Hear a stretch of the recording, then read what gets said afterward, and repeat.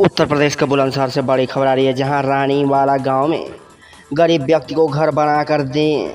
Situ भाई परिवार समेत झोपड़ी में रहती रानीवाला में रविंद्र सूर्यवंशी गांव वालों के आग्रह पर सीटू भाई ने दिखाई दरियादिली।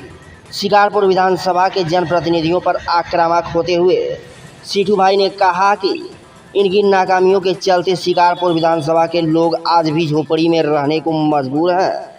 धोखा देकर और गुमराह करके विधायक बनने वाले नेता लौटकर इलाके में नहीं दिखते कि जनता किस हालत में रहती है। कहने को तो बड़े बड़े दावे किए जाते हैं, लेकिन धरातल पर देखोगे तो कुछ भी विकास नजर नहीं आता। लोग छोटे छोटे कामों के लिए परेशान हैं।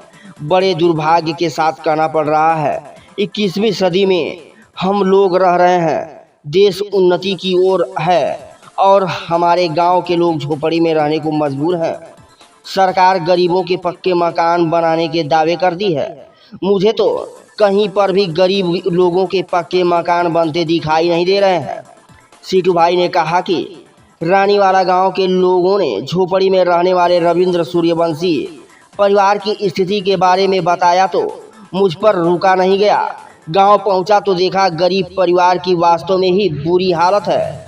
सिर छिपाने को छत नहीं, खाना भी खुले आसमान में बनता है। बहुत ही दयनीय स्थिति में यह परिवार रहता है। इसलिए मैं अपने निजी कोष से पक्का मकान बना कर दूंगा, ताकि रविंद्र सूर्यवंशी और उसके बच्चे पक्के मकान में चैन की नींद सो सकें।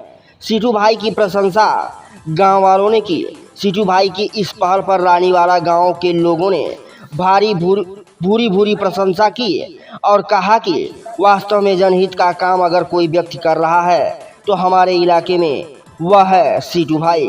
देखा बुलंदशहर से सतीश कुमार की रिपोर्ट। बड़े दुर्भाग्य की बात है हमारे विधानसभा में। आज मैं रानीवाला गांव में आया तो यहाँ की जब मैं घूम रहा था तो देखा मैंने एक इंसान झोंपड़ी में रह रहा है। मतलब एक पुराने जमाने कभी जो लोग रहा करते थे आदि मानस, वैसी ज़िंदगी बीती थी आदमी आज के युग में कर रहा है। जहाँ पे बरसात में उसका रहने का ठिकाना नहीं, सर्दियों में उसका सोने का कोई व्यवस्था नहीं है। और ये कहते हैं कि जनप्रतिनिधि हमने बहुत इलाके में विकास किया। रोज़ मैं पढ़ता हूँ डंके की चोट पे कहते हैं हमने काम कराया, आगे भी हम चुनाव लड़ेंगे। अरे ऐसे जनप्रतिनिधि किस मुँह से चुनाव लड़ेंगे? रानीवाला के गाँव में आके इस परिवार की हालत तो देखो। सोने के लिए इस परिवार जो है बाहर धूप ताप में सर्दियों में इतना परेशान है। अब ये परिवार कहता है कि हमने तमाम लोगों से फरियाद भी लगाई कि हमें जो एक योजना है प्रधानमंत्री आवास योजना, उसके तहत मकान बनवा दो, लेकिन इनकी किसी ने भी सुनवाई नहीं करी है।